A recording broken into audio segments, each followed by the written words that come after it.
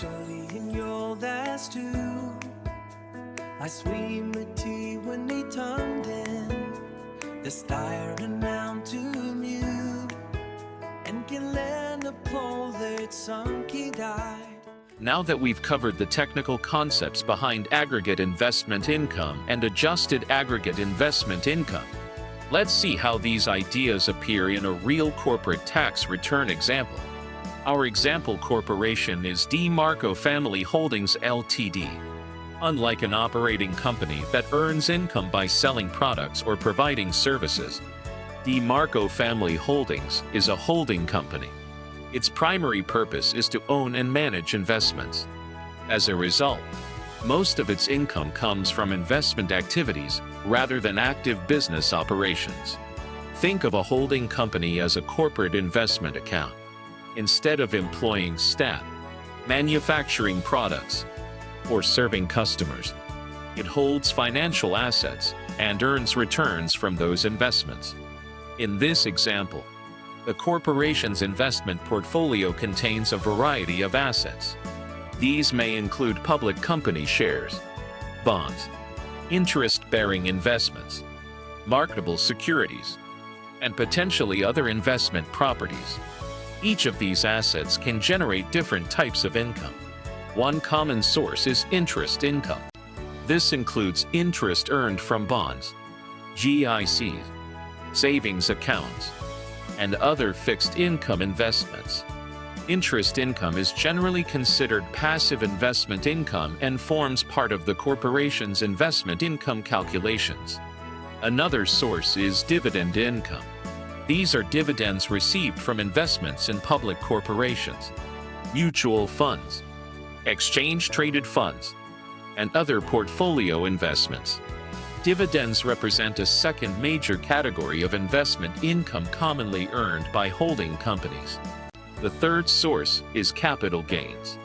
When investment assets increase in value and are sold for a profit, the corporation may realize capital gains. These gains can become an important component of the corporation's overall investment income profile. Now, all of this information eventually has to be reported on the corporation's T2 income tax return. The T2 is the corporate tax return used by Canadian corporations. Investment income doesn't simply appear as one single number. Instead, it is reported through various schedules and calculations that help determine aggregate investment income, refundable taxes, and other corporate tax attributes. This is why tax professionals carefully review the corporation's investment activities throughout the year. Every source of income must be properly classified and reported before the tax calculations can be completed. The key lesson from this slide is simple. DeMarco Family Holdings is not an operating company. It is an investment-focused holding company. And because most of its income comes from investments, understanding how that income is classified and reported becomes critical for calculating corporate taxes.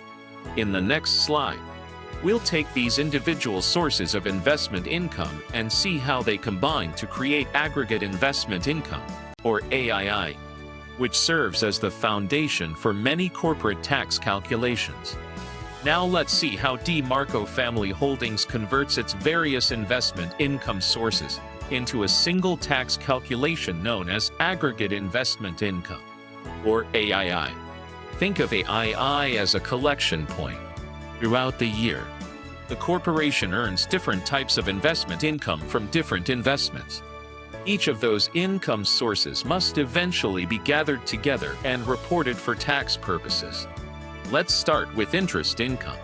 This may come from bank accounts, bonds, GICs, or other fixed income investments. Interest income is generally straightforward.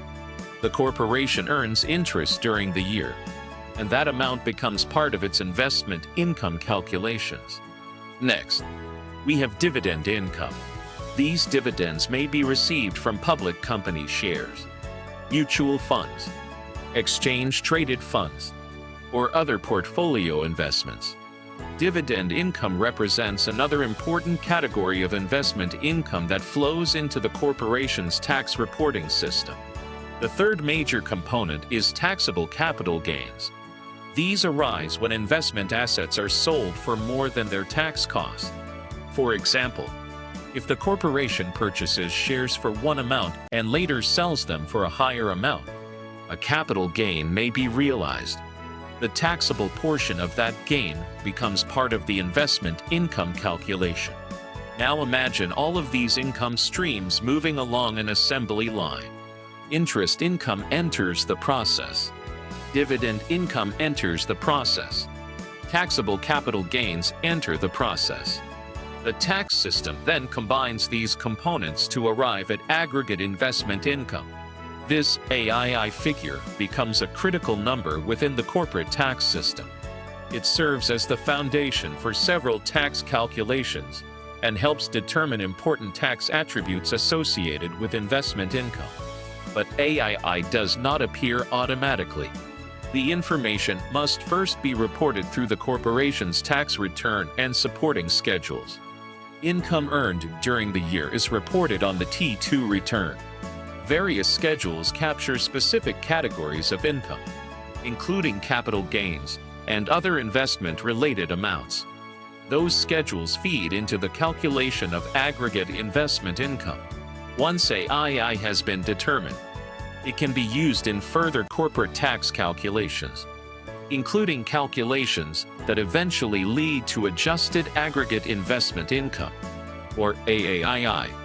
And as we've already learned, AII is the figure that ultimately determines whether the small business deduction grind applies. The key takeaway from this slide is that aggregate investment income is not a single type of income. It is a combined calculation built from multiple categories of investment income reported by the corporation. Interest income, dividend income, and taxable capital gains are all pieces of a larger puzzle. When those pieces are assembled together, they create the AII figure that forms the foundation for many important corporate tax calculations. In the next slide, we'll zoom out and look at the bigger picture of how investment income flows through the T2 return and the various schedules before affecting the corporation's final tax results. We've now identified the investment income earned by DeMarco Family Holdings, and we've seen how those amounts combine to create aggregate investment income. The next step is understanding how that information actually moves through the T2 corporate tax return. Many students imagine that investment income is simply entered onto the tax return and immediately affects the corporation's taxes. In reality, the process is much more structured. Think of the T2 return as a roadmap. Investment income enters at one end, travels through a series of schedules and calculations, and eventually produces the corporation's final tax results. Let's begin on the left side of the process. Throughout the year, the corporation earns different types of investment income. This includes interest income from bonds, GICs, and bank accounts. It includes dividend income from portfolio investments, and it includes taxable capital gains from the sale of investment assets. These income sources represent the raw financial information generated by the corporation's investment activities. The next step is reporting that information on the T2 return. However, the T2 itself is only part of the process. Supporting schedules are used to organize and calculate specific tax items. For example, capital gains information may be reported through dedicated schedules.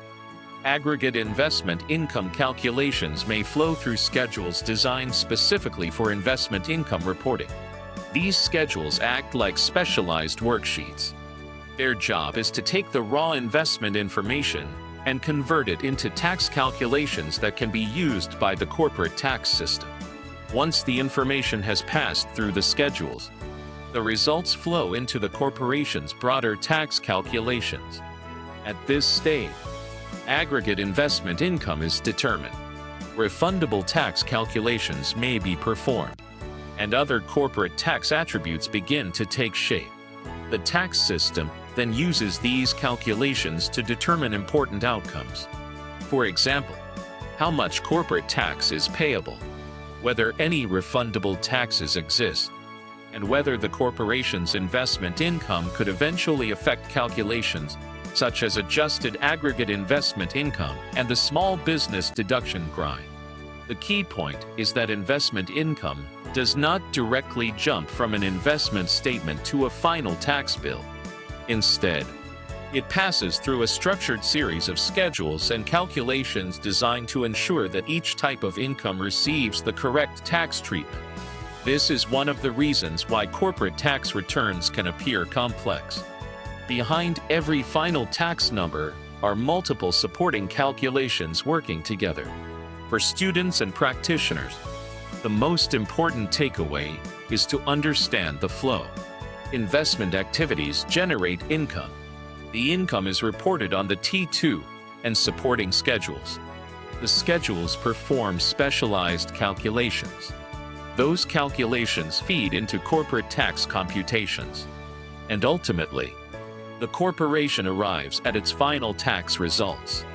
Once you understand that flow, the various schedules become much easier to understand because you can see how each piece fits into the larger tax system. And with that foundation in place, we're ready for the next step. In the next section, we'll examine a real operating company example and see how passive investment income can directly reduce the small business deduction through the grind rules.